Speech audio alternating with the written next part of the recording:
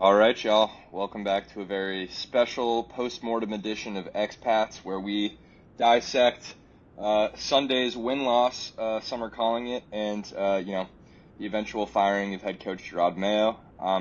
Your host Joshua Downey, repping a linebacker support shirt. Love our guy Mayo. Joined by a self-proclaimed Mayo hater and former Cincinnati Oh, Bengals fan, Lucas Cobry. So Lucas, I'll own the welcome in. Cincinnati. Um, yeah, man, that was Joe Milton, right? Like, I mean, we want to start with the positives, and then we'll dive into this. Yeah. Um, There are positives because honestly, I think the whole the first pick I don't find to be as important. Nice Patriots mug. I don't find the I first pick to be as important as many of the distraught fans are making it out to be. no, I actually like. I was talking to my buddy today. I was telling you a little bit before we recorded, but I was talking to my buddy who's a New York Giants fan, and he was basically saying that his dad would trade up from wherever they are with us just for Joe Milton. So yeah, that's why I just wanted to. That's why I wanted to save that uh, until Wait, now. what? Yeah, no, they'd swap places and give us like a second round pick just for Joe Milton, and I was like, "Do you really? Is that?" he was. Honestly, that's not. I feel like if you're the Patriots and you're actually looking to do a pick swap here, where are the Giants picking? Let's find out. Let's pull up some tankathon, eh? Uh, are they It's third draft right now? season. No, What? they're not No, third, right? They're like no. what, sixth? Yeah, they are third. Wow, I thought they were Third, yeah. behind us for All some right. reason. So that makes no sense. I mean, as much as that's Oh, you know I what? honestly. I thought they would let us go up to get Travis Hunter Oh, with that yeah. situation. I don't. And I would not give up. The thing about Travis Hunter is he was a. If the Patriots are the first pick, it's kind of like a. You might have to take Travis Hunter because he's the most talented player in the draft, the best player of the draft.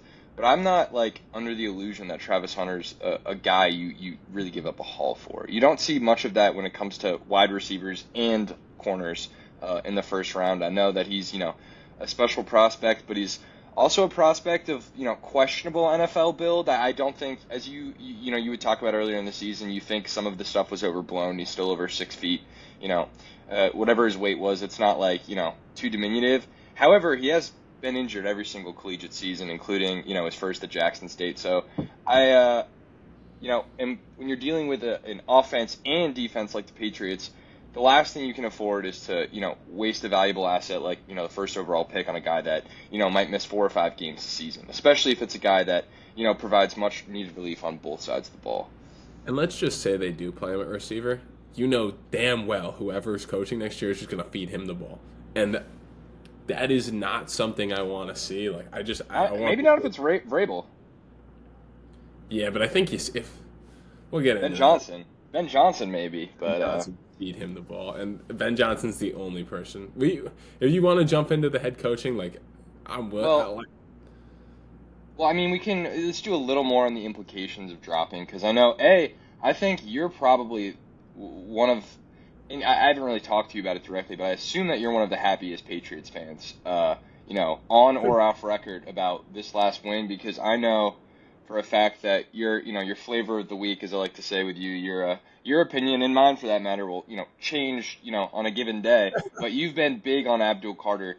And it seems like that fourth spot might be prime Abdul Carter territory. If though, that's given one of the other teams doesn't think that Cam Ward is really enough to spend a first, a top three pick on, and decides that they're going to take their edge rusher of the future. But Penn State edge might be coming home to Foxborough. I Yeah. still, honestly, I think my number one preference for, this is me personally, would be just to trade back with any team not named the Jets even further and see if we can get a Will Campbell or Kelvin Banks. I think that's like I agree. Tackle is like the worst position on our roster.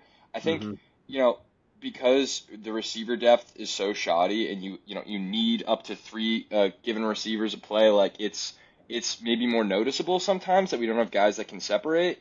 But I know you're a fan of Booty. I like Booty to an extent. I don't think he's, the number two receiver you think he is, despite, an awesome performance on Sunday. And I also think we saw a little bit out of Pop. Like, you saw a little bit of shiftiness and life out of him out there. Like, his ability to get open, it's just so infrequent that you really do need, a separator, whether or not on the outside or in the Z, that can really kind of open things up for some of the other guys that maybe aren't volume receivers necessarily for their game. Yeah. But first things first, like, I do think because we can't now it's like we're not number one. Maybe if Travis Hunter falls to 4, we can have a conversation. But I really do think like tackle is an area you can't go wrong in. And if you're a front office like the one we have, and it appears from the press conference today that Robert Kraft, at least for the time being, is holding on to Elliott Wolf.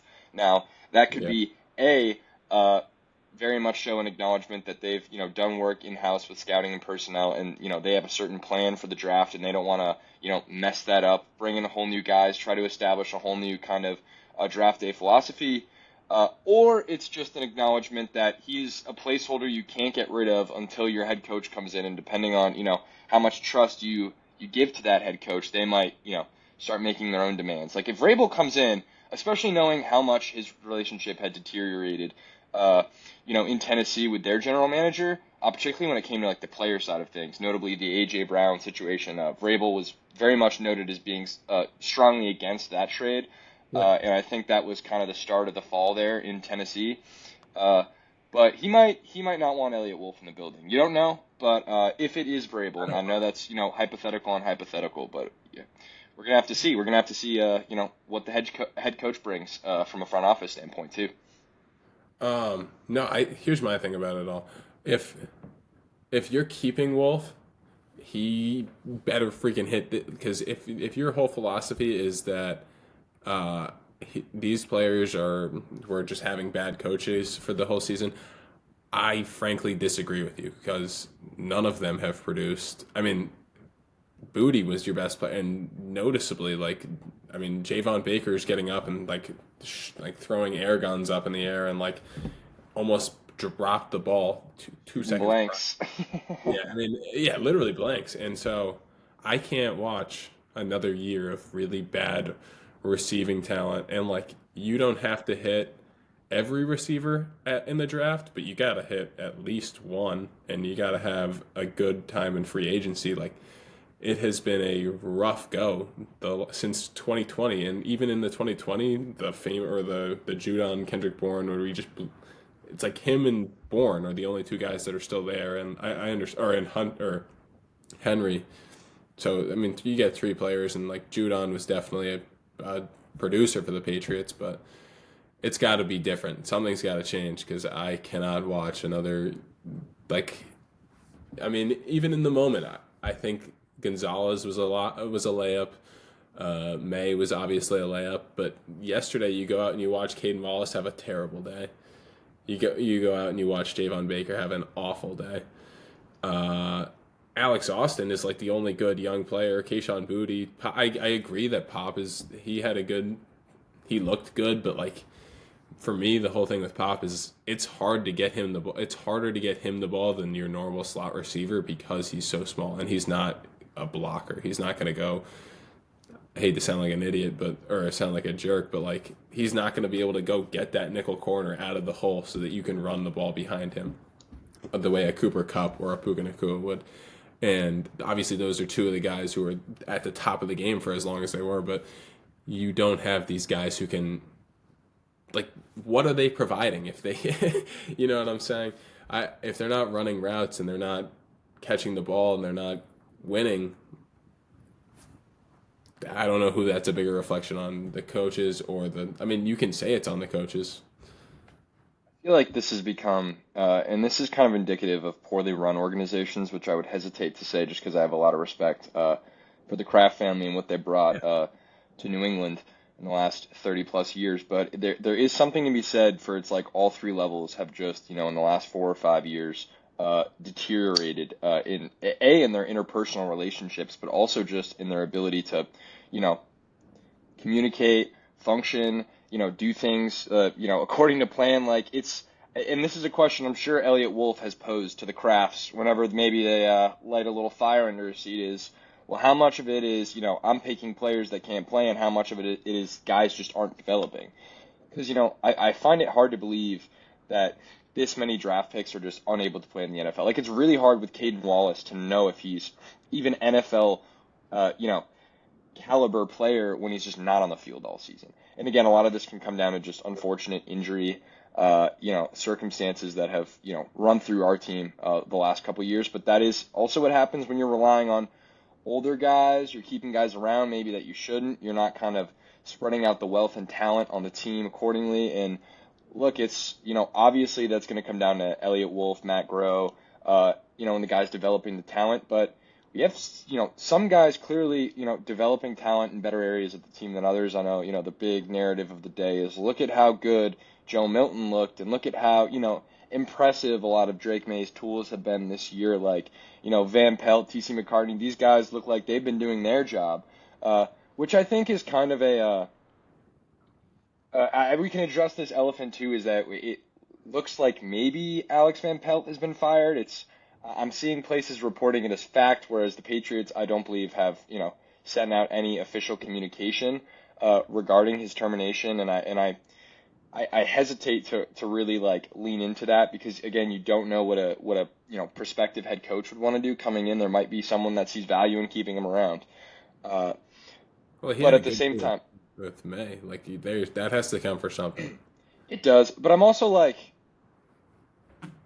that is great, but how much of it is May looked so good despite how bad everything was around him, and part of that is obviously offensive line and wide receiver talent, as well as obviously I'd say a pretty costly season from a star player, allegedly a star player like Ramondre, who's supposed to be secure with the football, was supposed to be the workhorse. This year was supposed to be the Ramondre year, and it was supposed to be Drake May slowly develop, and it really devolved into just Drake May fighting for his life, just trying to make lemonade out of sour grapes, and it just wasn't landing consistently. And I do think, as you talk about in terms of sequencing and play design, Van Pelt left a lot to be desired in multiple areas of the field, and that can be okay when you expect a new defensive-minded head coach coming in with an established defensive mind like Covington in the building, that you think, hey, this was a top 10 defense last year. We know what side of the ball, we can handle. We can let the offense tool around. And by the end of the season, it was, the offense was really the only reason why we could, keep a game within 14 points. And that's troubling. And that's, I think, ultimately the reason. I think that, the defensive lapses and just complete collapse are ultimately the reason why Jerod Mayo won't be in the building, tomorrow. So it really sucks because I think we love Jerod and we want it to work out. I think again, I talk about there being an issue of communication and just functional responsibility in multiple levels of the organization. And the Krafts, look, I respect the fact that they took a swing. I think the way the end of the Belichick era played out was unfortunate because it forced their hand a little bit. I think they wanted to hang on to Bill a little longer and have him mentor Jerod. And they're, because of Bill's issues from a general managing standpoint in terms of, roster construction talent, he basically forced the Krafts to make a move 2 years earlier than they wanted to, and 2 or 3 years before Jerod Mayo was ready. So I see guys like Ryan Clark say, this isn't fair. Jerod Mayo hasn't had enough time.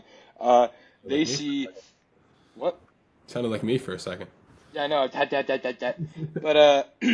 But he says, oh, Jerod Mayo hasn't had enough time, and I know he says this was the hardest decision he's ever made, but I can't imagine it'd be harder than firing Belichick last year. I'm like, I think it was. I think it's BS. I think, obviously Kraft never wanted to have what happened between him and Belichick transpire, but I really also don't see this Mayo thing as something that he took lightly. You and I might disagree about the timing of it. I do think, he could have waited 24 hours. I feel like from a morale standpoint and maybe from a respect to Jerod, Jerod didn't even have a chance to just have a sit down, hear me out, basically a Hail Mary before you walk him off the plank. All right, you're basically gone, but give me something. No, he had to have walked in that room and probably they were like, thank you, Jerod, but you're done. And over. But Kraft knows. That's the first thing Kraft says at the press conference today is I put him in an untenable situation, and he really did.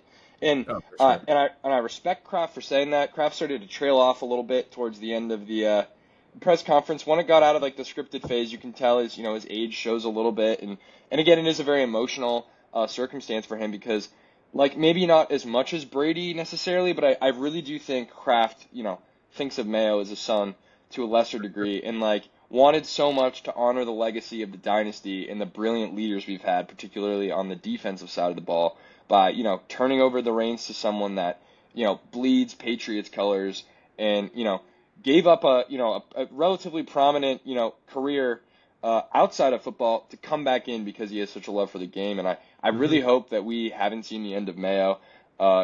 Maybe if he really is like more of a morale guy, maybe his role changes going forward. He might not even, want to be a head coach anymore. Maybe he, sticks to, I can't imagine he'd stick to front office things. Although again, I really don't know how much say he has given his whole relationship with Elliot Wolf. I really don't know, but, it's just sorry to see it happen. And it's a combination of things. I think, and again, I don't want to, shoot a lame duck here, but like I think this is all like, you can't just fire Bill Belichick and not have the last 5 years of just underperformance in terms of, having a GM that was A, behind the times, and B, not investing in areas of the team that needed to be invested in.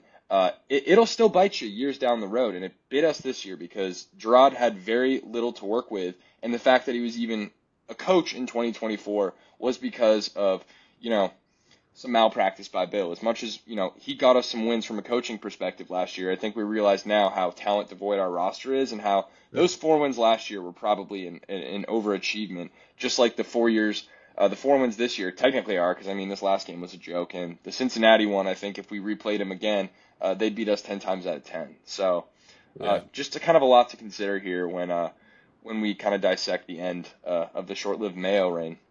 No, and I cannot see any more. I can't see a way for them to get out of this without taking some. They'd probably have some blood on their hands, like to put it like, the Krafts did this too fast. Like, didn't consider anybody else, and obviously they had a contract going in that said they didn't have to. But last year, this whole year, without Drake, this whole year you gained nothing from. It's good to know that Gonzalez is still that player. But other than that, you have nothing going into next year other than a ton of money and an open coaching spot.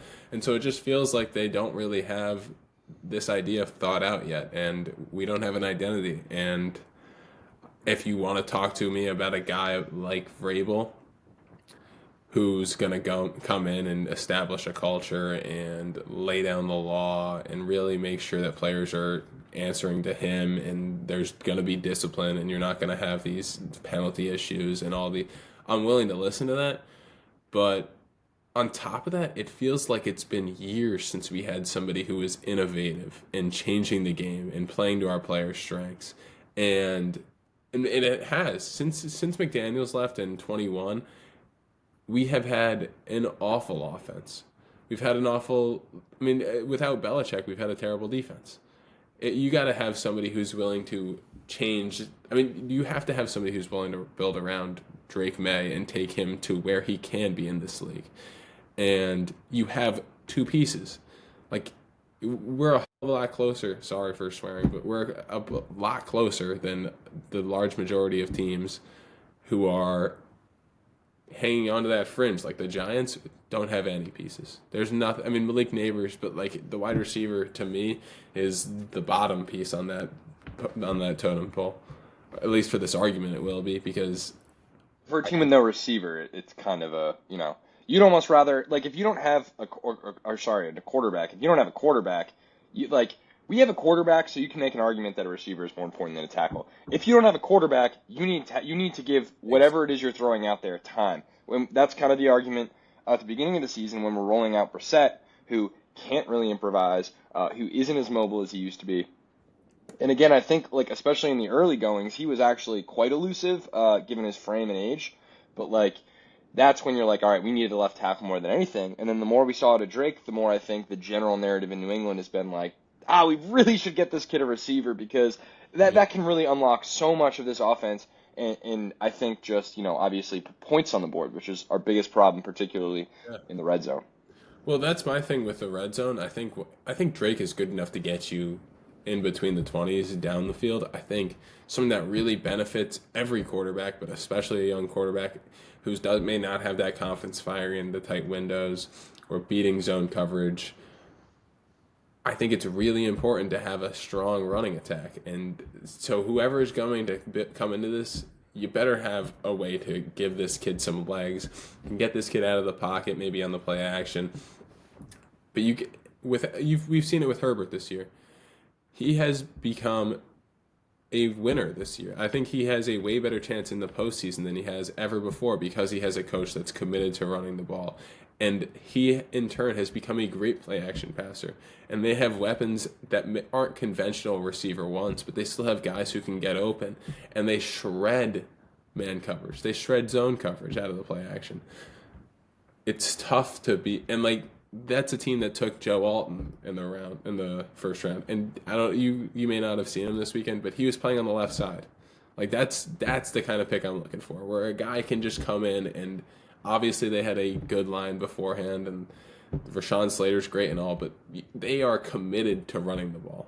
And that's something I need to see going forward because it benefits having a weaker receiving room, having a younger quarterback, having a weaker defense, having an inexperienced coach. Being able to run the ball, you establish the freaking time. And so that's why I'm willing to listen to Vrabel, but I need some innovation. I need some cool stuff, and that's why I'm willing to pull for Ben Johnson still. So, yeah, I mean, look, I think there's no doubt as to Ben Johnson's credentials as a play designer, a play caller, and just how he can transform an offense.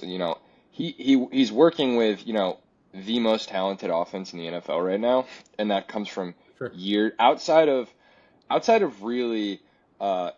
The Amon-Ra St. Brown pick was just a diamond in the rough. They've just, they're in this position because of years of poor finishes, so they can get guys like Jamison Williams in the top, 20 picks in the draft. You can get a Jahmyr Gibbs, same story. Obviously, they didn't draft Goff, but they drafted Stafford, and that was used in the Goff trade, and both guys were number one picks. Yeah. So there is some there's a history of not so good football that kind of transpires for you to get to the point that you are like Ben Johnson, where you can just kind of work with a wealth of weapons.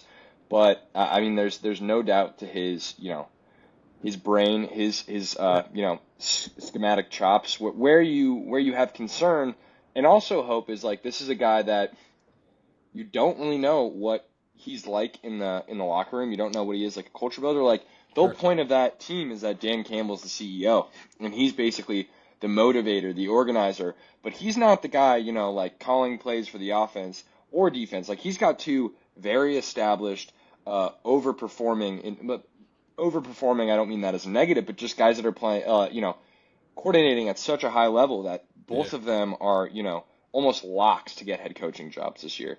And how much, can each guy take from their staff, from Detroit, from each other, if they're both getting hired? There's a lot of questions there. And just can they do it without Campbell? Because I think a lot of people question if Campbell can do it without them. I know, Evan Lazar, there are a lot of guys in the New England sports media that don't really value Dan Campbell, but you cannot deny the value in having a leader there. And that's, obviously what people are saying Mayo had going for him. And it just, it wasn't enough to put us over. You do need the mind to go with the medal. And I think that's what's enticing about Vrabel, is that you have someone that clearly has established himself as a intelligent, a hell of an intelligent coach that definitely has that kind of Boston chip on his shoulder, that'll give crap to the media, that'll give crap to his players, that'll hold players accountable, while also being, it's hard to call him innovative or to not call him innovative, because he was working with really minimal weapons in Tennessee, and he still was able to get the most out of a second round pick in AJ Brown when Ryan Tannehill's throwing in the ball, but he also was blessed with the best running back of the last decade. And so obviously your entire system is going to revolve around feeding Derrick Henry the ball, especially when you have guys like Taylor Lewan in their prime, on an offensive line that are able to kind of win in the trenches. So I would be hesitant to question the creativity of Vrabel, only because it's hard to tell. I do know that situationally he is at least when you're comparing it to this past season, a lot more of just like an aware coach, especially in crunch time, especially when it comes to understanding the rules, understanding, how to use timeouts, understanding drives before the end of halves, before the end of games. A lot of people are going to talk about that, delay of game on the punt from years ago. Like he's clearly someone that, is a student of the game, and not that Jerod Mayo isn't, but I think we've just seen a little bit more success, especially after, we weren't in many late game situations this year where it really mattered in crunch time, but we saw a lot of late first half failures on the part of the Patriots offense, particularly that was able to, create some momentum and honestly just points on the board for the opposition going forward. And it's things like that that, separate the game and make it irrelevant going into the fourth quarter. And I want someone that's situationally aware and that is really going to, win the mental games for us, because obviously from a talent and physicality standpoint, we have a long way to go before we can compete, with the upper echelon of this league. And so I'm going to throw out another name that I'm actually more into than Vrabel, and I think he brings a lot of those same qualities, but he's also fulfilling that innovative quality, and that's the boy Brian Flores. B-Flow, I think I've been a huge Vikings guy all year, like the Vikings defense specifically. I mean, obviously he failed as a head coach in Miami, but that's a guy who you don't want to play that defense. Like, obviously they got diced last night, but you do not want to play that defense if you are a middling quarterback, and somebody who's not on their A game will get destroyed by that defense. I am fully confident in their ability to confuse passers. If you can, and a lot of the NFL today is about getting into second and manageable, third and manageable. If you can get guys who are decent enough to stop the run on first down and second down, Brian Flores is good enough to take middling players and take other offenses off the field with them, because his scheme is fantastic if your guys are willing to buy into it. And you don't know six guys line up on the line of scrimmage and you have no idea who's coming, and that takes a lot of pressure off the back end. It takes a lot of pressure off each individual rusher. That's just a really good scheme, and with Drake on the back, it doesn't incorporate a whole lot of man-to-man for Gonzalez, but I think Gonzalez would be okay. I think he'll be all right if he's playing in a scheme that's getting the best out of everybody else. I think he's good enough to. It's hard to argue the merits of Brian Flores. I think we've all been, big fans of him for a while, particularly those of us that have followed the Patriots, for as long as we have. He is. It would be so refreshing to have a coach that would, can spin the dial again, like Belichick could, and I want to see that. I want to see, some exotic coverages. I want to see, as you say, like middling guys, depth guys, kind of elevate their game. Because they're put in a scheme that maximizes their strengths and plays to great success that way.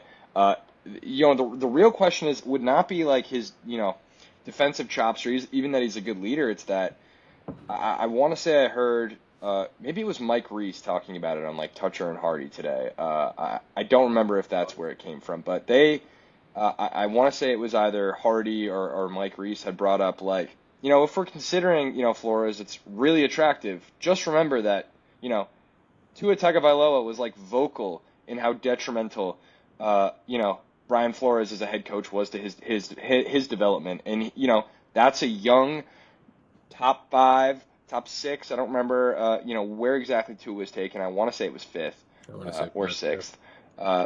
But this was a guy that needed to be, nourished and developed, and to be encouraged while challenged. And that is a very nuanced, like, tough job. And say what you want about Mayo, I think Mayo is just a great man and motivator to do that for Drake. And Drake seemed to respond well to it. And a lot of guys seem to respond well to it. I think maybe, as some have suggested, that it was almost too much of a reversal from the Belichickian kind of philosophy, and maybe players weren't being held accountable nearly enough. I'm not sure if that extends itself to Drake, because Drake just seems like a inherently accountable kid. But that would be my concern. It wouldn't be whether or not he could actually do the job well. It'd just be what his relationship would be like with some of these younger guys, because we have young talent and we're going to get, one more this year in the top four, if we don't trade out of it. So we can't afford for Drake May to be, Drake May, who seems like he's a kid with a wealth of confidence. And I think that I think naturally he's a little bit more self-assured than Tua Tagovailoa. And frankly, I find him to have a higher ceiling than Tua, but I don't want anything to affect his confidence, because that's the most important thing going forward. Because there's going to be bumps, for the next year and a half plus. Like we're not going to be, a top 10 football team in totality for a while. I don't think. Now you can play up to those teams, and you could potentially, any given Sunday take one down. But from like a talent standpoint, we won't be there. So A, we need Drake May to, play out of his skin, and B, we need, whoever it is we bring in from a coaching standpoint to, win us games on the mental front, so that, we don't necessarily have to rely on players that aren't up, to the same caliber as, the best in the AFC or even the NFL is in totality. No, and I mean, if there's one thing you're going to take away from Krafts' message today, it's that man wants to win football games. He wants to win big football games. He wants to win championships. And, I mean, we're from Titletown. Like, that's what you do here. If you don't do it, you're not going to last very long. And obviously Mayo is not long for this world as a Patriots head coach. And I think he, like you said earlier, I think he has a potential to be great in this league. And I think he'll eventually get there, but it's clearly not going to be here. But to go back to your thing about Brian Flores maybe being too hard, like maybe you want that right now. Like that this year was way too soft. I cannot go through another year of having players like. It's fine if you want to speak out and address something that you think is a problem in the building. I encourage that. I want to hear that from my players, but you got to be in line too. Like obviously, like if it's that bad for Tua, like that he felt that he had to speak out, obviously that's not something we want happening.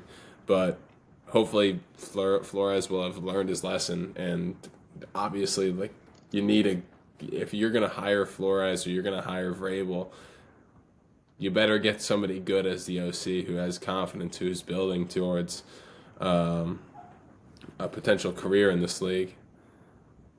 But if you want to, and that here's my thing: you have the quarterback. You don't want to like lose the OC in a few years, the way that it's happened to Allen with Dable, and you want to be able to develop a quarterback with that coach for a long time. You know what I mean? Yeah. I mean, the issue isn't like tough love, and I think Mike Vrabel kind of hit the sweet spot in Tennessee, where you can like really like demand excellence from your players and not stand for anything less, while also like maybe not being a player's coach necessarily, but having, the ears and hearts of every guy in the locker room.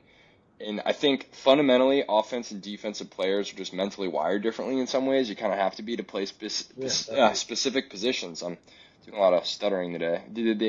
But it's like, does Brian Flores have the the ability to reach those offensive players, particularly young ones? Because he's telling Tua Tagovailoa every morning that he doesn't belong in the league and he shouldn't be there and he hasn't earned the right. These are like quotes Tua said. Like, you can't do that to your young quarterback. You can tell him to, you can bust his ass up a little bit. You can tell him he's not performing well, or he's lazy, or he's doing all stuff. You can't question him, almost at like a fundamental human level, and tell him that he's worthless. Like, you can't like degrade him. Like, that doesn't work for young athletes, particularly on the offensive side of the ball. Sometimes with these defensive guys that have a chip on their shoulder and they're like 7th round picks or undrafted guys, like guys the Patriots maximized for so long, maybe you can really kind of prod them with a little more aggression, because that's what they get off on. They get off on feeling like they're doubted and they don't belong.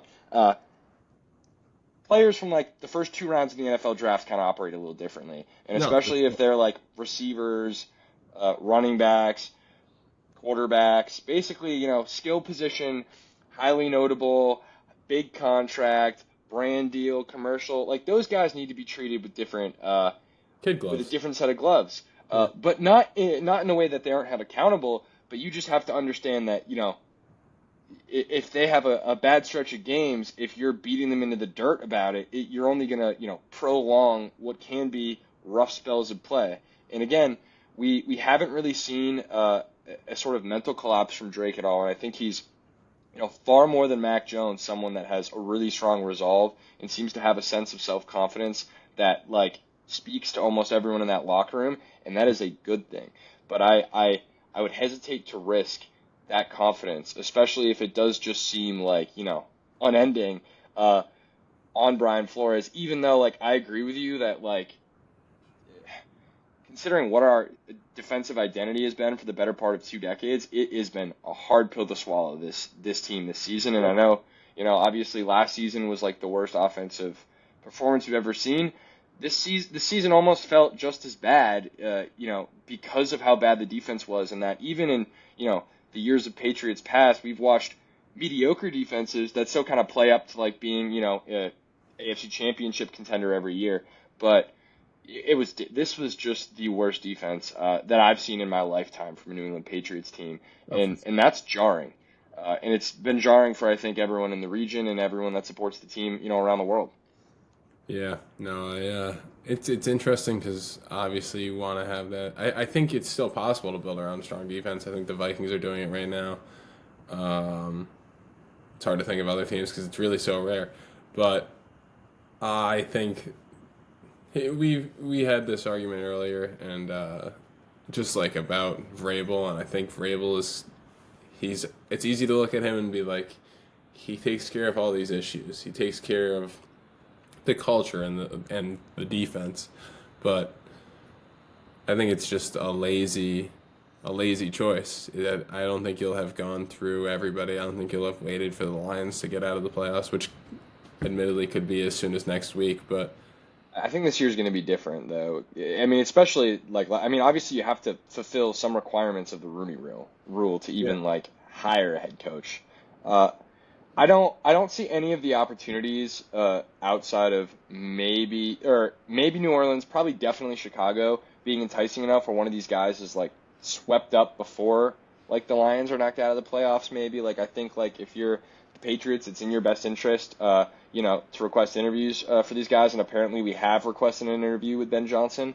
So yeah.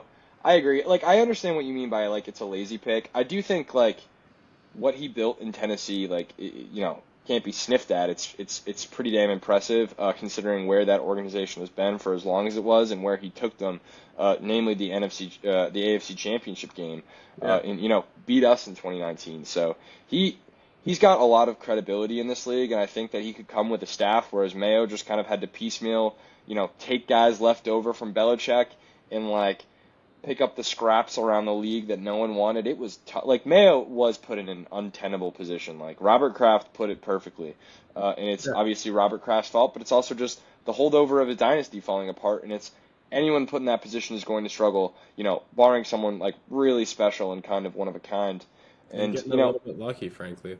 Yeah, you have to get lucky, and I just think the thing with Vrabel that's interesting though, and again I agree with you.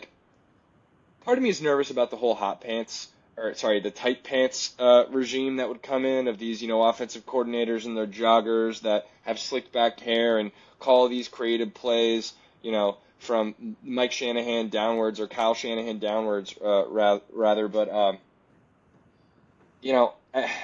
at the same time, it's how many of these guys have switched teams, after being a coordinator and have found immediate, whole team success rather than just some gaudy offensive numbers to start. And Ben Johnson might be different. That's the one thing I kind of look forward to potentially, just because he's in a a system that prioritizes defensive toughness, and maybe that can kind of have a mutual benefit to it. And obviously a guy like Kyle Shanahan is always placed an emphasis on his defense, and the net neutral quarterback is probably what's bitten him in the ass. The last half decade, but yeah. I see Mike McDaniel, who I really like, and I just wonder if these guys even if they are loved by their team, do they really have an understanding of how to efficiently run a team as a whole? And we know Vrabel does on both sides of the ball, what he was able to do with that offense and defense, and I think that's what makes him the hottest coach on the market is that we've seen that success on both sides of the ball. We've seen it at an organization that's in a smaller sports market that really has seen no success since like Steve McNair probably. 2002 was probably the last time they were like hyper competitive. Maybe some of those CJ2K years were obviously pretty fun, but he has that sort of acumen. But also at the same time, it's just like, oh man, he was in the building. He was part of the dynasty, and he understands maybe what it is the Krafts are looking for.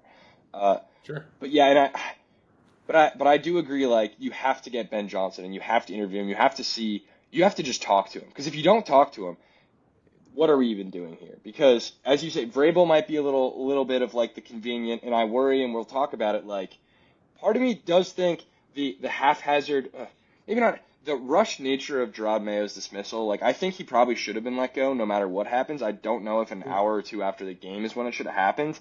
With guys, it's like the turf wasn't even cold yet, and guys are barely out of the building. That's just really disconcerting, especially when they're coming in the next day to get a lot of their stuff out of there. Like, I think it could have been handled differently in a way that maybe showed a little bit more respect to Jerod, just as a franchise legend.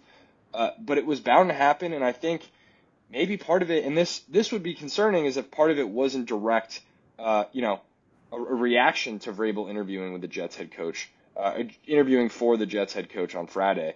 And obviously the Jets have been very active, with guys they've interviewed for both GM and head coaching vacancies they got right there now. So I hope that didn't spur Robert Kraft to make a rash decision at the expense of Jerod. Although I think, and I think a lot of others think, that he wasn't ready. And as you say, like, it's you got to put it behind you quickly, or else you're just going to sit in a failure, for a couple of years, and then your organization's really backwards. Yeah, that's my thing. I think if it's the type of thing where if they jumped the gun and fired him because they were like a petty ex-girlfriend, we've used that analogy a couple of times, to get back at Vrabel, like, what are we doing? Like, that's that's not encouraging either. And this is the most important decision that's been made since 2018, if you ask me. Like, I mean, you have, since we won that Super Bowl and you decide to let Brady go that following offseason, like, we've just been spinning our tires. We've just been, this has been the inevitable, and you have a choice right now. Like, this is going to be rock bottom, or this is just going to be another one of those days. And I think Vrabel is, like, great. I think he's done a really good job, obviously, in this league, and I think he's trying to make the steps to go to be a great head coach. Like, we've talked about him 100 times, or other people have, of him trying to take this year learning the offense in Cleveland under Stefanski, who's clearly like an offensive mind. Like, he's working with the offensive skill groups rather than with his clearly specialty defensive side of the ball that he played to a successful level in the NFL. That's interesting to me, at least, that he spent basically a sabbatical working with a guy who's had a rough year but is generally thought of as an offensive whiz, former coach of the year, just kind of studying with those guys. So there's something to be said for that, as a coach. Like it's nice and it's pretty and all that, but like, I don't think he's gonna have mastered offensive football in 1 year. I don't think. Well, no, but he's also been a head coach for 5 years or so. Like, it's not like he doesn't have an understanding of how to be a head coach on a team with a functional offense. For sure, but I don't think, like, the Harbaugh offense is great, and I think it's a similar, like, you're getting downhill and you're running the ball hard, and I think it's a similar mentality, I would say, that Vrabel would probably want to bring in. But and it's the Browns' outside zone scheme is probably kind of similar to what he wants to do or what he wanted to do with Henry. You don't get the pieces. We've tried this outside zone crap enough. Like, you don't have the pieces to run it. If you want to run it next year, it's not going to look good. And no, it's not. Well, that's why that meeting has to be thorough, and I'm hoping Jonathan Kraft is able to kind of get into an actual philosophical conversation with the guys he's bringing in, because I think Jonathan's going to do a lot of the decision making and talking this time around, and you got to kind of be like, hey, listen, Elliott's going to be in the room too, be like, hey, we don't have tackles right now, and we don't have, the running backs, gifted with the physique to really run an outside zone effectively. And also, our bright spot on offense last year was Drake May. We need to kind of figure out a way that we maximize him and his strengths, because there's no point in, just running, as you said, like another year with this style of offense, even if it's, from a venerable Harbaugh tree. Like, it's not really, worth the investment if we're not progressing forward and if Drake May isn't developing accordingly. Well, the reason I bring up Harbaugh is because he's obviously tried to establish that mentality, and they're going to make the playoffs this year, and it's year one for him. But I also think that Herbert's without a doubt a better quarterback than Drake May. If you want to argue that with me, like, bring it on. Like, but I'm willing to. Well, right now, I mean, yeah, Yes. obviously, yeah, And of course. that offense, pound for pound, is way better than the players we have here. And so I I think mean, they have two first-round offensive line first-round pieces attack. already. The And thing is, they're so far ahead of their rebuild, but they never really had like they never had. No, actually, they've just had weird, like, five. terrible seasons interspersed with like moderate success, depending on the health of their players. So Well, it yeah. is kind of an interesting, way that they built from the ground up. But yeah, totally. I mean, they're pound for pound, they are better, and they're And their consistently drafting better than we are. defense. I don't think I need to, wax poetic about the whole Lad McConkey disaster, because Boston sports media hasn't shut up about it for the last 4 weeks. But let's just compare like wide receivers that we've taken in the first round. Quentin Johnson's a better player than N'Keal Harry ever was. Like, if you want to argue, I understand he's not been good, but that is a fact that Patriots fans need to Yeah, look in our at. second round wide receivers are Tyquan Thornton and, Jalen Polk, and they get Lad McConkey. Yeah. I So, don't even know where Jordan Palmer was drafted. I don't really care because he's mhm. probably better than any receiver we have right now. Not named I mean, Keyshawn they Boutte. drafted Hunter Henry initially. Yeah, Exactly. not named Exactly. Kate. I mean, they have. I mean, the thing is, they don't have like. It's not like I can say they have like 3 or 4 receivers better than Keyshawn Boutte, just because I think like their offense isn't McConkey deep is. from receiver. McConkey, yeah, obviously. No, I didn't say that Keyshawn Boutte's better than all the players. Don't get it confused, brother, man. Like, that's not what I'm saying here. I'm He just would be the saying wide that, like, receiver three on that team. he would be the Better 3. than Yeah, probably. Johnson. I think honestly, what would happen? It's just, again, it's a very like spread the wealth type vibe over there, and I think like Keyshawn and, with Justin Herbert as his quarterback, and opposite, QJ, they'd probably get a pretty similar load. Like, I think like. And maybe it was mildly taken out of context, or maybe I didn't articulate the point enough. It's not that I don't find Keyshawn Boutte to be good.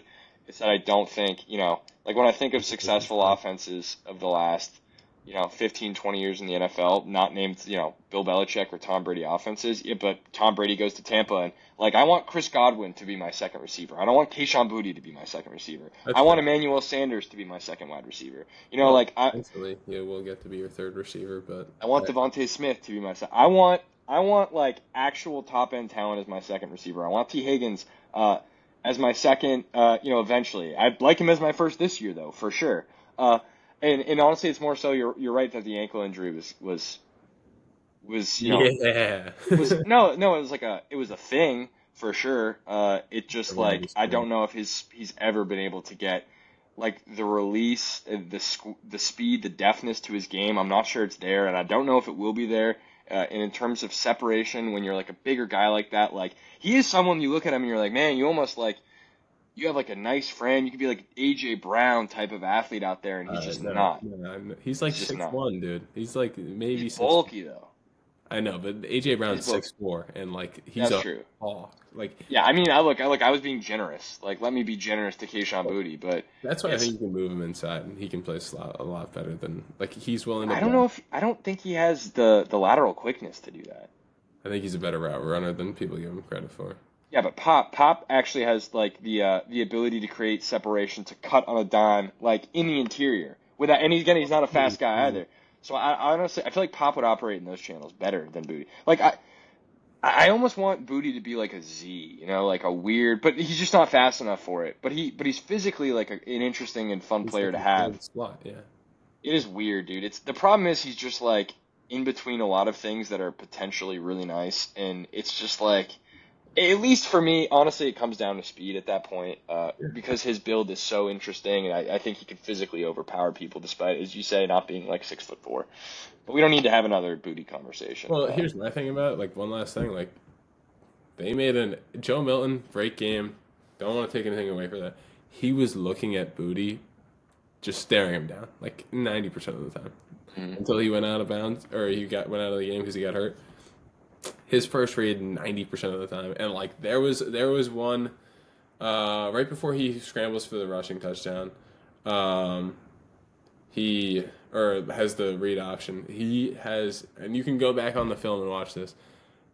Keyshawn Booty is lined up like 1-on-1. It's probably cover 3, but they're bringing 5, and so there's gonna be a hole, right? Like they're bringing pressure. Keyshawn Booty runs like a slant, and I don't think Milton's eyes were in the right place because there was the safety over the top was leaning towards the other side because he was just 3-by-1 by himself. He was on an island and he just beat the technique. And I think something he's really good at is threatening your technique and then cutting back inside and making you play. Maybe not the blind spot as a cornerback, but like he understands what your responsibility is, and he's gonna force you to play that responsibility to open up something else open. And Especially like going vertically, because he's not going to be like a guy that's running 90-degree, 45-degree routes like particularly well. It's going to be stuff where it's kind of like hitches, stop, start, like things where he can kind of use like a buildup of momentum. Yeah. Well, obviously, what I'm saying is he's not running. His route tree is, I think, it's a little more limited. vertical. Yeah, it's like very much vertical. Whereas again, like I think him and Pop can complement each other well if you have an alpha in the room, which you just don't have. I totally agree. I think Booty is great.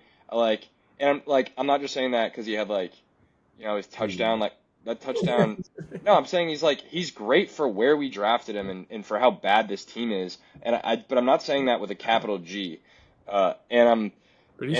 The touchdown was like a fluke and a half. Like that was funny. Well, it's an That was amazing so. freaking throw by Milton.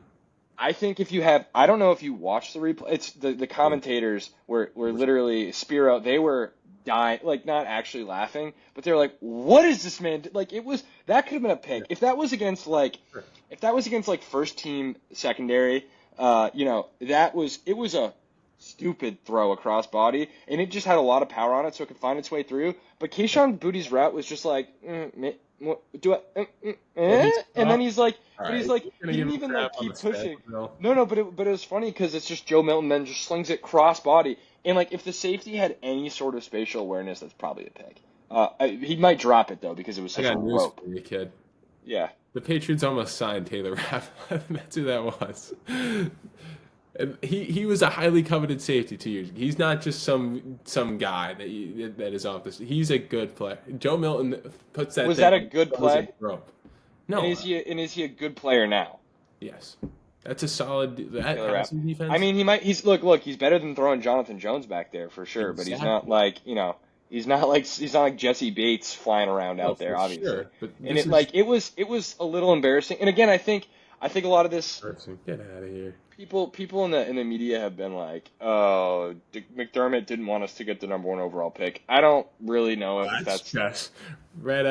I guess it's chess. I just think this draft is so crappy, and like last year, if he could have screwed us out of the 3rd pick, that would have been chess. That was you want to talk about the most important decision this organization has made in the last 10 years.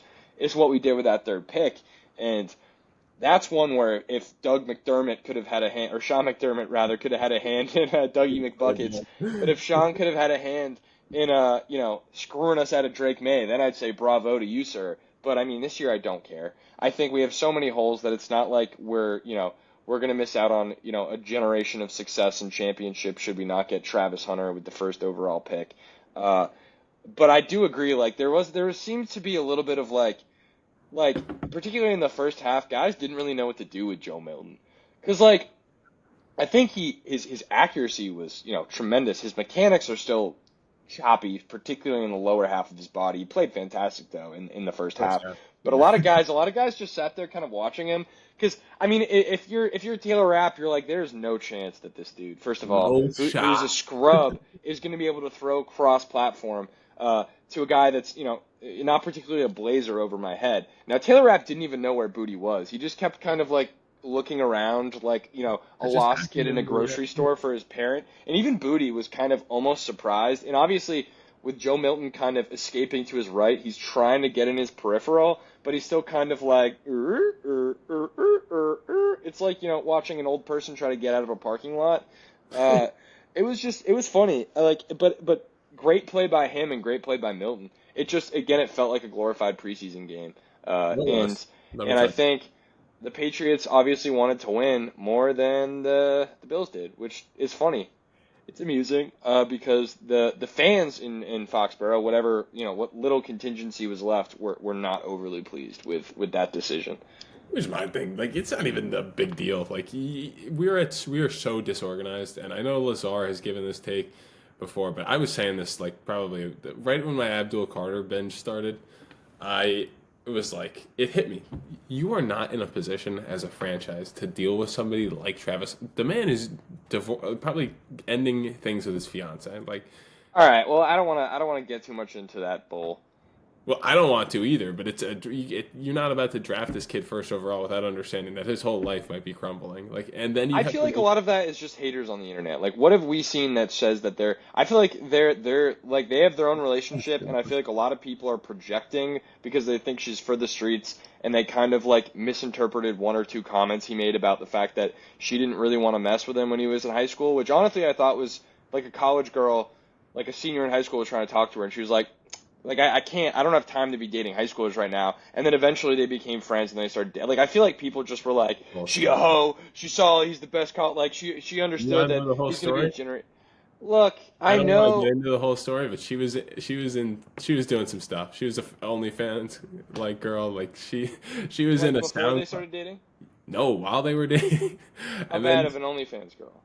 bad dude. She was in like a music video with some SoundCloud rapper like on his lap beforehand. Like it No. was she was going to parties with and like there were videos of her taking pictures with other guys' hands on her butt.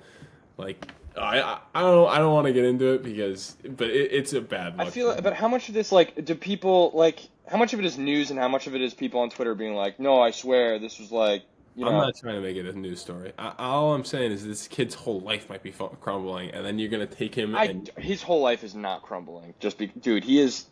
I'm He's not been saying his in. whole life is crumbling, He's but been like he's this literally girl, been in the spotlight since he was like 17 years old, 16 years for old, sure. as one of the best prospects that has come out of, arguably the best cornerback prospect of the last 20 years in terms of how highly he was rated on, Yeah. various scouting websites and things like that. Like what I agree with you is this, I think he brings a lot of lights and flash and glamour, and I think he's a baller that wants to win. But given the fact that we've discussed a somewhat lengthy injury history, and yeah, he's just like a really quirky kid that's kind of a goof, but also like is a little corny.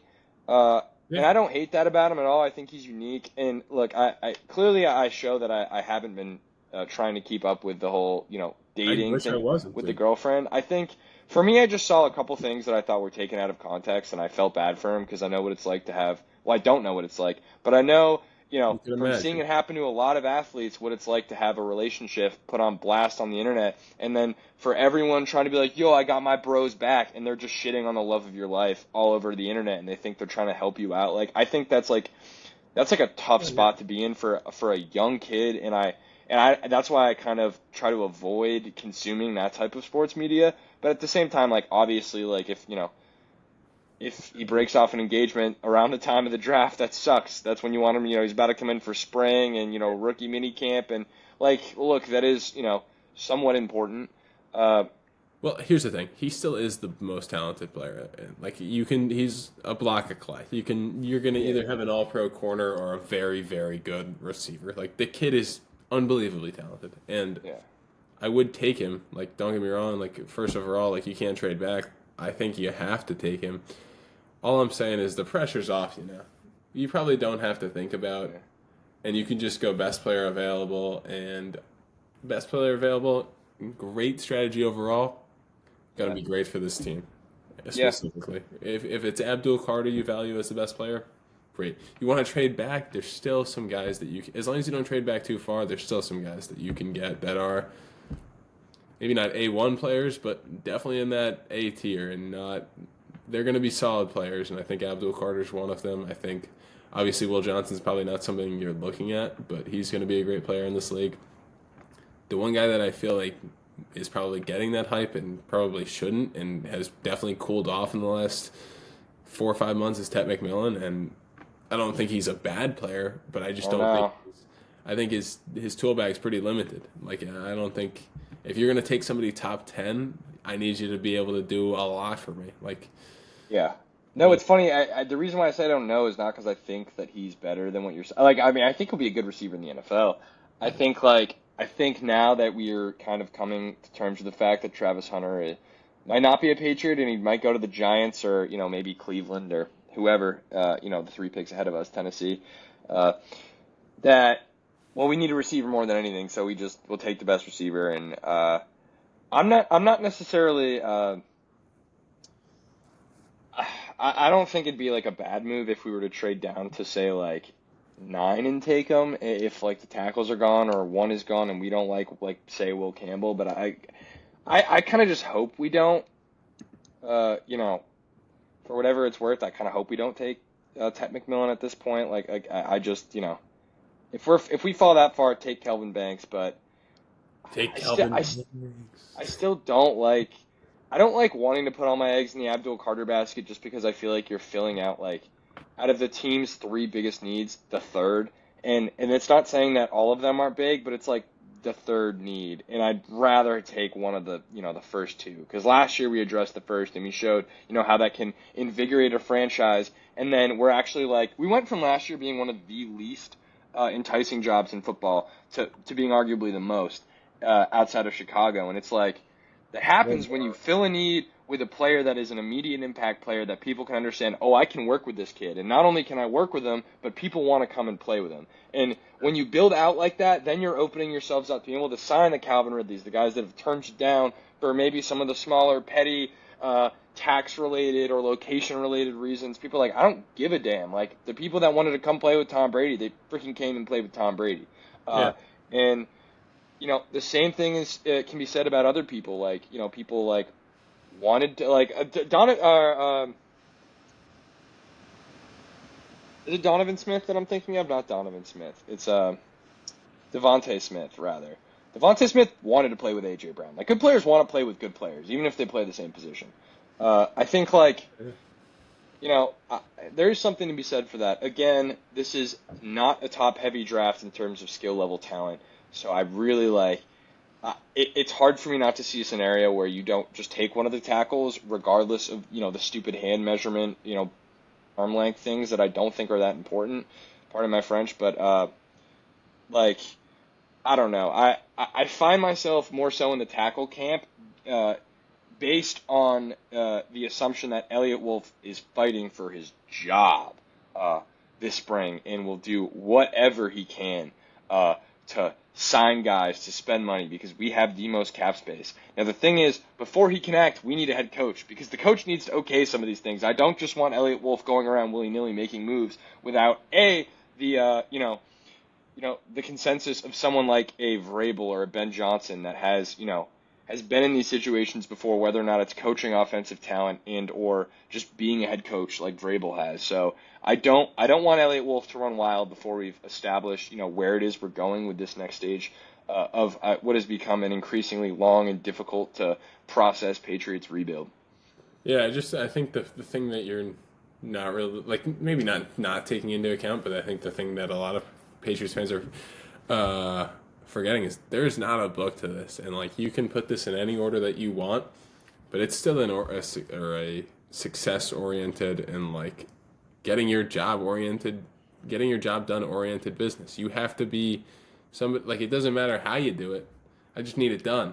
And well, obviously, but the good organizations, have set, the Packers historically, the Niners historically, there are teams that have set forth a blueprint in terms of the order of operations, particularly when it comes to squaring away stability from the management down, that I think we're kind of working backwards and forwards and backwards again with the way that we've not had a GM and then had a GM and then Elliot Wolf's like the super director of player. Like I don't. There's a lot of just like uncertainty up there, and I think like you're right. There isn't just one way of doing it, but there are ways to not do it, and I feel like we've kind of been flirting with those ways in which we shouldn't be doing things for the better part of again 7 or so years at this point now. No, it's been a while, and I think that's important to remember.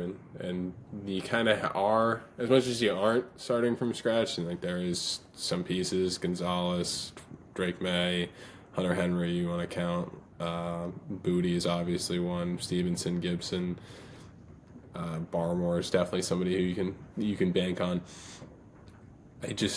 You are other than those. Just throwing Booty in any conversation. Well, he's a piece, dude. Like you have a wide receiver. You can't tell me. All right.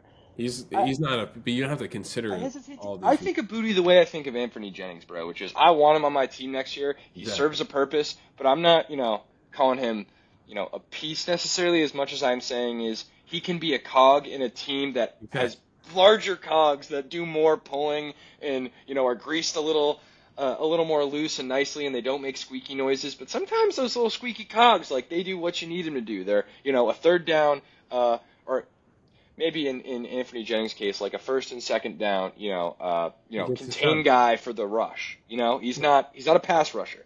But then if you can factor in Abdul Carter or Keon White or God willing Christian Barmore, then you can start to rotate some pieces. And that's when I think we get the best out of Kayshon Boutte. And that's what we've essentially done with him this year, is that he's just had, he's been rotated into an offense that just has nothing else going for it because you can't just use him as a volume guy. Well produced. I'm not saying he produced like sporadically.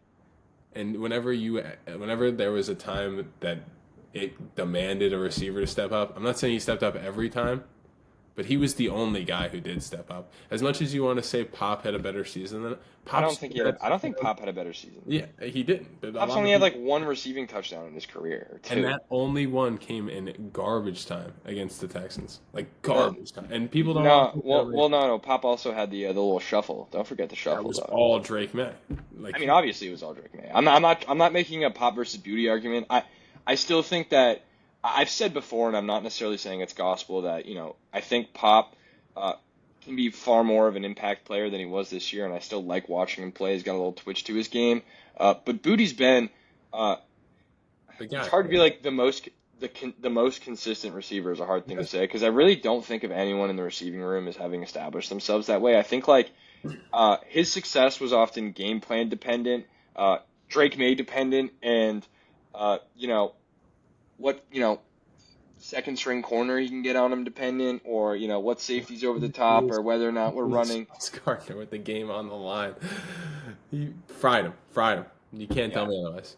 I would love to see Kayshon Boutte run 10 routes up against Pat Surtain and see I'm not saying that's the best corner in the league. That's what I'm saying is Sauce Gardner is more a name. He's like more a name. Okay. He's still a good corner one. He's a guy you can build around. Maybe not this year, but historically the guy has been good. And they had a good corner too, and they still didn't perform well as a secondary this year. Yeah, but that's not on. That whole Jets thing is a freaking mess, dude. You can't. They fired the coach in week 4, dude, or whatever it was. Look. I'm not trying to have a Sauce Gardner talent debate. I don't think that necessarily. I think if you route up Sauce Gardner once or twice, that's dope. Because that is a good player. Yeah, it is. I mean, he won that game for them. He won that game for them. I think Brissett came in and won that game for the Patriots. Great ball, but he's wide open. No. I'm saying it's just a great performance by a guy that's fresh off the couch after being benched weeks earlier. That was a brutal situation to be in, and I think Patriots fans should. While they might not like to be thanking players for wins, I do think Jacoby Brissett means a lot. Jacoby Brissett, Drake May, but really it was the defense. Those are your Drake May had, technically 3 wins as a starter, 1 actual win as a starter. He didn't watch that game. No, the Chicago game I thought he was decent enough, and that's the only win he has. That's what I'm saying. That's his only And he wasn't. he wasn't a part of why you won. The defense let up. No, 3 it points. was the fact that it is a marvel to behold that Chicago Bears offensive line, much like our own, because we have one of the worst like pressure rates in the NFL, and they got let up 9 sacks against us that week. Like that was an anomaly. That was an anomaly. Like that was crazy. Yeah. That was like after that week we were like, you don't need Abdul Carter. Oh my God. What's going after the bye, dude? Yeah. What's an Abdul Carter? Never heard of him. I think the way that the trenches affect the rest of the field is so important, and I think if Yeah. you're willing to commit to it and go get a guy who's going to make either your offense or your defensive line better, he's got to be in the conversation. Oh, absolutely, no doubt. I think like value for the draft, it's hard to argue that he might not be the most valuable, like the most value you could get with like a top 5 pick. Mason Graham is the best player in the draft, if you ask me. I think Outside of he's better Travis than Hunter. Yeah. No, I think he's better. Well, he's better at what he does than Travis Hunter. He doesn't have the problem is he's an interior, like, unless you're like, there are very rare beasts in the NFL that end up being like generational dominant players as interior line guys, and that's kind of why like you need an Abdul Carter, despite Christian Barmore getting all this fanfare in New England. It's like there's only so much he can do in terms of making a big play with a game on the line, like a sack, whatever. You're right. Mason Graham is excellent, but again, like I think him being an interior lineman is the reason why he's not. He's probably like the best at his position in the draft. I think you're right about that. Yeah. It's just like there's just an order of things, and front offices value certain positions over others, and it's like just like you manage your fantasy team, you kind of prioritize in a PPR league your wide receivers, over your quarterbacks. It's no different for real GMs in the NFL valuing, what high profile edge rushers over interior, run stoppers, which, is a half joke, but also, a partial truth, obviously. I mean, the Patriots' most consistent guys are in the interior, and it did jack for them all season. Yeah, but here's my thing is I think something that gets overlooked a lot of times when you're looking at the game from a fan's perspective is complimentary football gets lost in the mix. If you're willing to be that high octane of Mike McDaniels, Ben Johnson, Kyle Shanahan, even though it's not really him, like Sean McVay is probably a better guy than Shanahan, you got to have a defense that's willing to get to the passer, willing to stop down the pass, because you're going to be ahead in a lot of games, and so you got to be able to hold those leads against big passing offenses. But if you want to set the tone in the run game, you also got to be able to hold on to the ball and get your defense off the field against those first and second downs. And say what you want about Mike McDaniels, but those offenses it's really important to stay ahead of the sticks. You got to be able to have guys who can get ahead on first and second down. Your Anthony Jennings, your freaking, I don't even know who else. Your Devon Godshaws. Those guys have to be coming to account too. So they have a place in the team for sure. Yeah, you need them. The problem is we just have a lot of situational guys that have absolutely no business being on the field at the same time. Just consistently thrown out there on defense. We have a lot of like jackknives. When sometimes you need not sometimes you need steak knives. You have one in Christian Gonzalez. You think you have one in Barmore. You have a retractable rubber knife that sometimes turns sharp in Keon White, and I think that's an interesting thing to observe going forward. But we're missing the guys that are just high value impact players defensively. I mean, and offensively. Let's not get ourselves here, but it's a little easier to mask when you have a guy distributing the football that looks quite promising in Drake May. No, and that's the thing. This offseason gonna be huge. You gotta nail this. You gotta do Drake May right, and you gotta do the fans right. I mean, it's been 6 years since you put together a really. I mean, say what you want about 2021, like that was not real. I'm willing to fight. Like Mac Jones' rookie year, you were beating up. I think you went 7-0 against backup quarterbacks, and that's.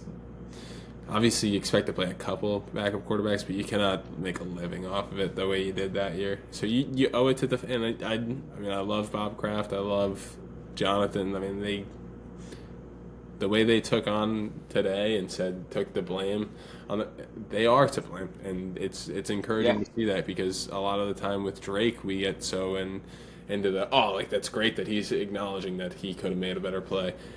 Jerod was like he just didn't even, he knew it was his fault, and he rarely was putting it on the coaches, and well, he'd be like, this is on me, but he's just a very like wasn't sincere. Yeah.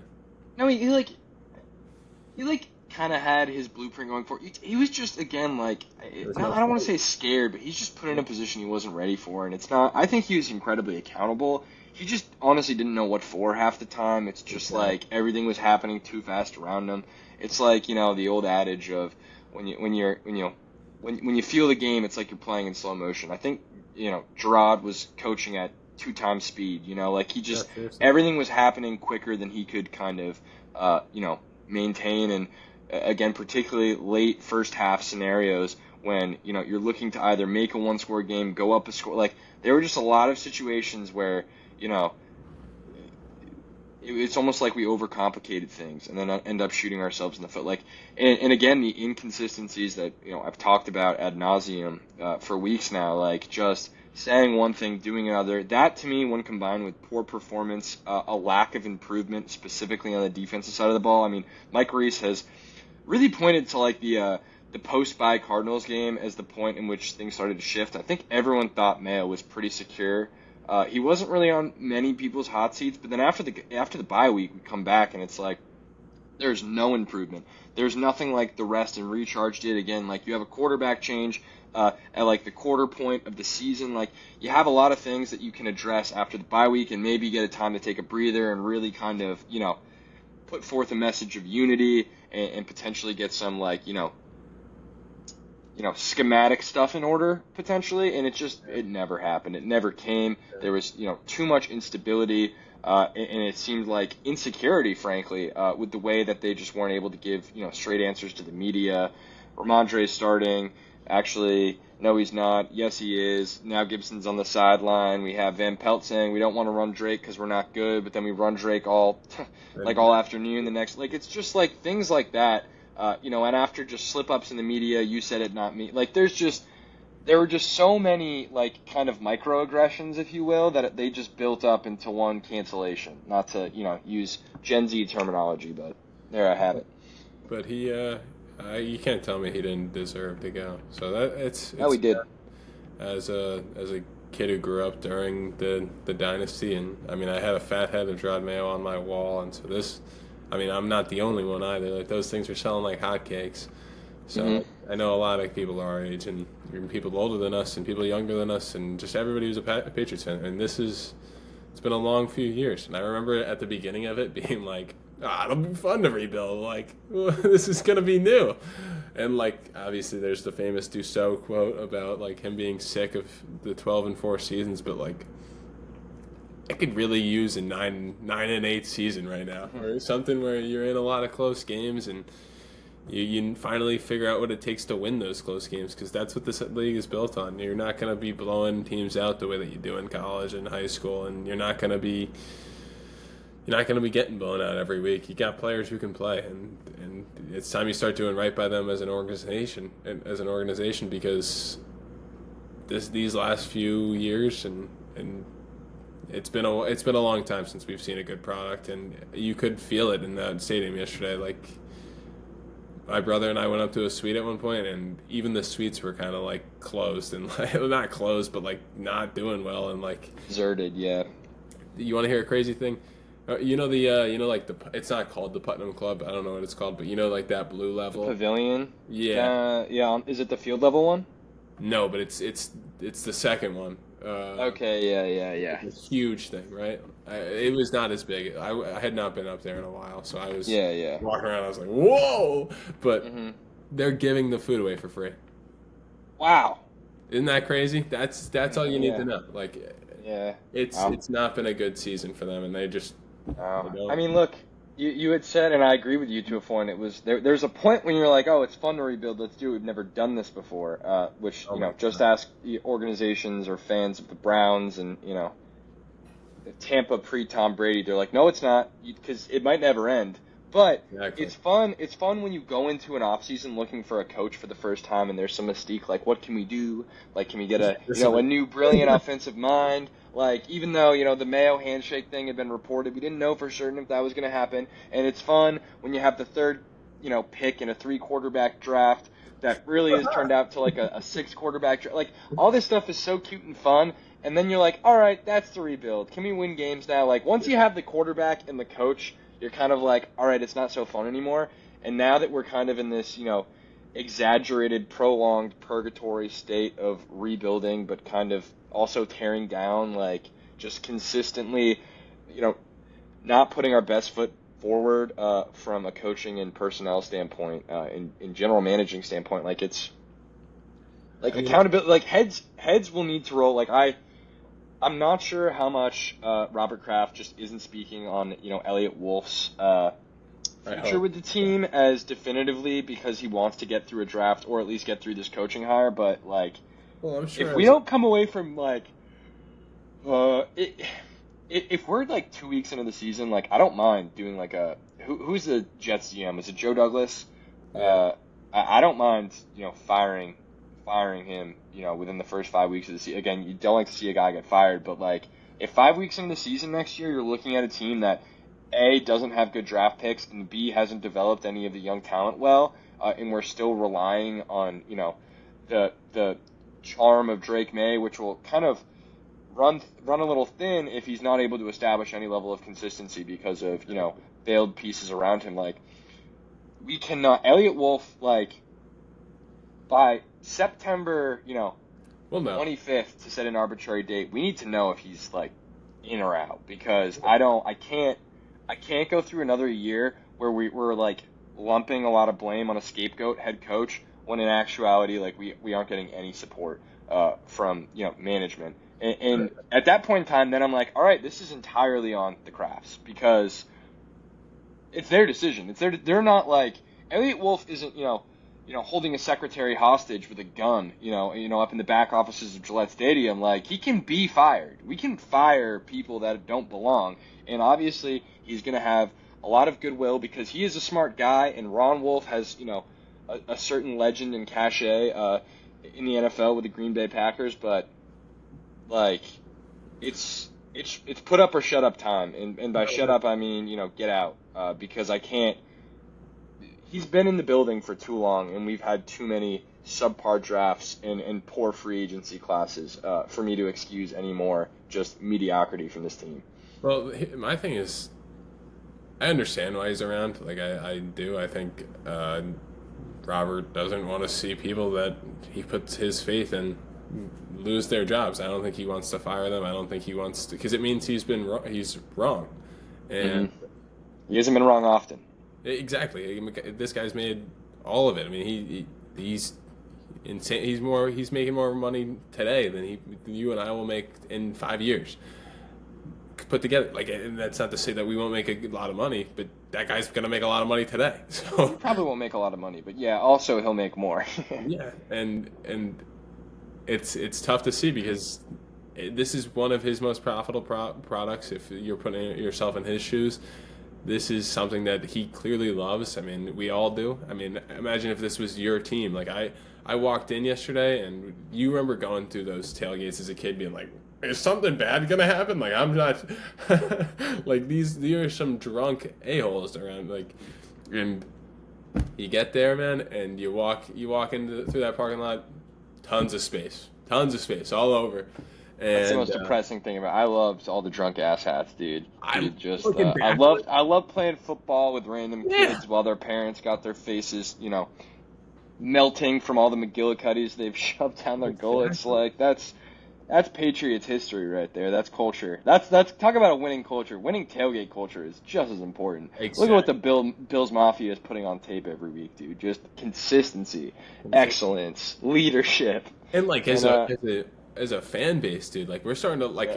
I don't love saying this because of the Tavai thing that happened where he was calling out the fans and saying that we're not out there in droves. Like, it's way colder up in Buffalo. I can tell you, it's way colder up there, and it was half and half yesterday, and in a 50% filled capacity. Like, maybe it was like 70, But I mean, we talked about it last week. It's tough. It was tough to get the tickets back in the day. Like, I remember being like, I'm going to the Patriots game, and kids would be like, no freaking way you are. Yeah, like, you're so lucky you get to go to the Pats game.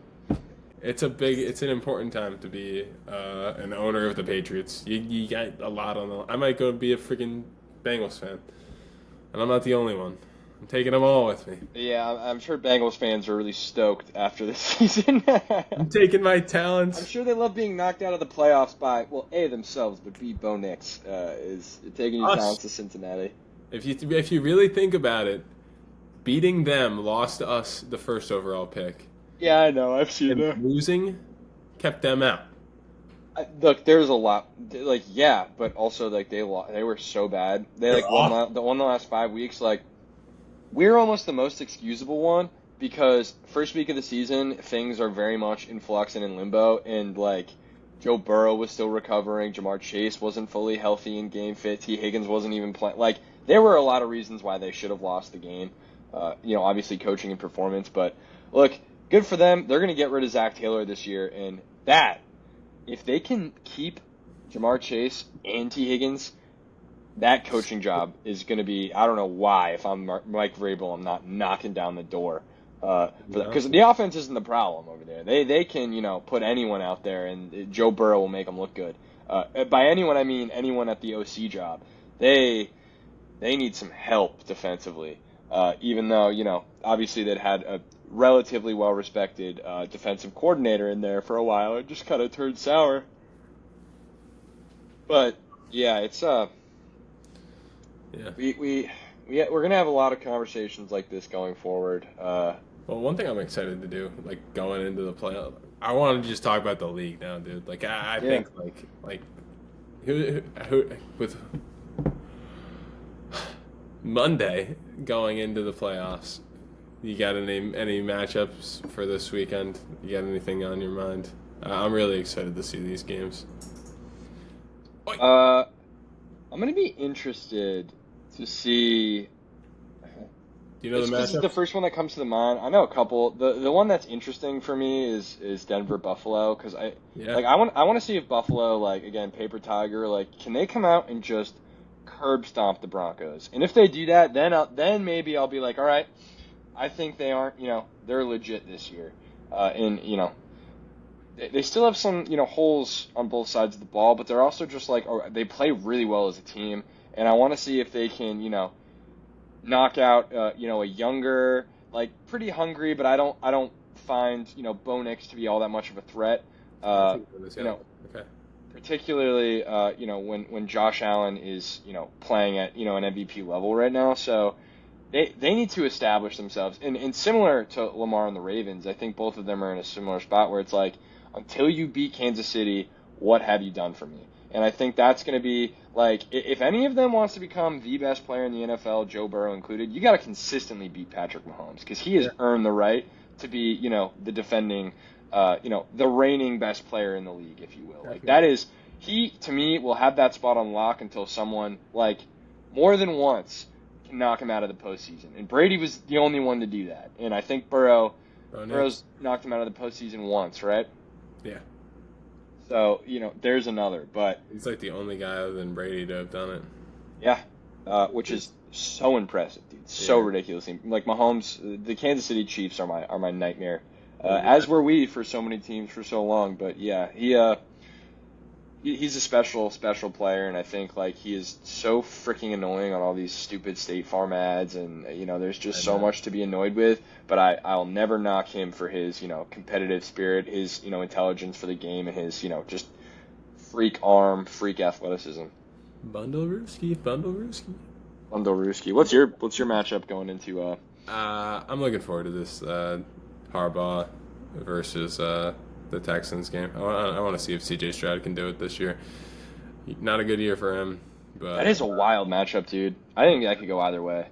I think it could go either. I think a lot of these games could go either way. To be honest with you, I might like the Chargers more. Right? That might be playing better as a team than the Texans are, and again, this is a Texans team that from a receiving standpoint is stripped down. I mean, Steelers Ravens is always kind of electric. So that's probably in totality like the coolest match. But Packers Eagles, damn dude, I have not really paid much attention to how the seeding shook up for this last weekend of the season, shook up some of these games. But yeah, I named honestly one of the worst games, the Broncos Bills. Like just because I do want to see from a narrative standpoint what Buffalo is, but I think Rams Vikings is going to be uber competitive. I think Packers Eagles can be uber competitive. Steelers Ravens can be. I mean, you think the Ravens on paper would wax them, but the Steelers just.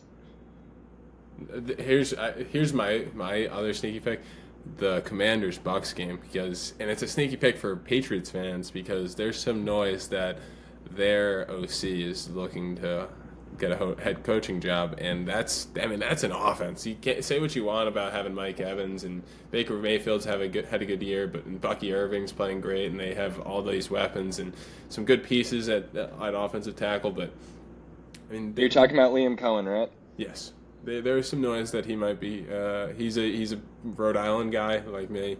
Went to UMass, and so there's a loose connection. I'm not saying it's like super likely, but I think it's more likely than like Ron Rivera or freaking Rex Ryan. Imagine if we hired Rex Ryan. There's no way in hell Robert Kraft would let that man enter our building, let alone coach our team. That would push me to the edge. I mean, the thing with Liam Cohen is, yeah, you're right. I mean, it's really hard to dispute the performance and just the prolific nature of Baker Mayfield has been, something to behold.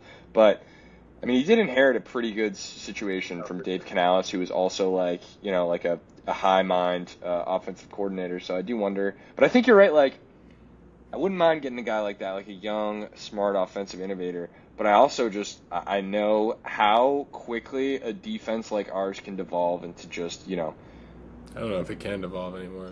Consistent mediocrity. What I mean is like not like we'll get worse. We'll just consistently be bad defensively, and not like we.